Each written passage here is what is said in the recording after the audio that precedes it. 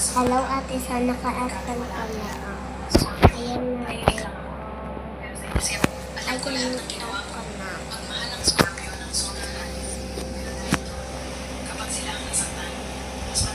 Malamig siya.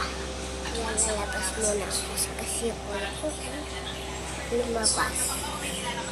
Dito kasi siya. Tingnan mo itong buhok.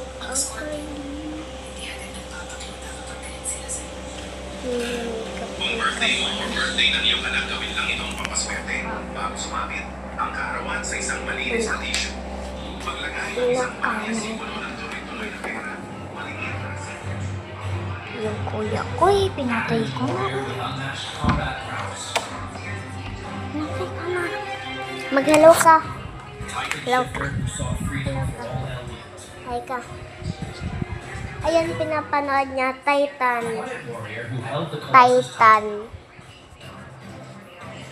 Nag-aircon lang kasi ako dun eh. Pineapple pink. Then, dito talaga ako. Kasi ilagyan ako. Sila nandito pa. Please let me out. Hello.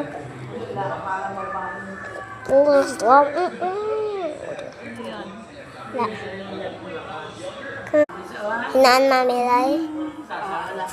Okay. Nakaano kasi sila. Nagaano pa rin sila. Hinaan mo daw yung TV.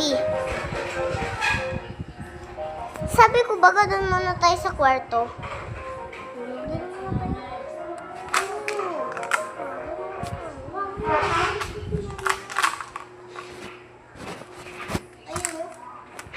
Ayun, manonood kami. Tingnan mo lang. View! Tititignan lang natin. Nanonood lang tayo. Uy, naka-lipstick! Naka-lipstick! Naka-lipstick! Ayan siya. Tignan mo siya. Ganda But they couldn't safely remove it without breaking the glass. At the hospital, doctors used a special tool to gently open his mouth wider. They had to dislocate one side of his jaw to create enough space. Then they slowly pulled the light bulb out without breaking it. Eto naka-lipstick. His jaw back in. Pero yung totoo hindi. Do not follow the footsteps of this, bro. I don't care if it's for all. May filter lang kasi. If we're just starting with this, bro.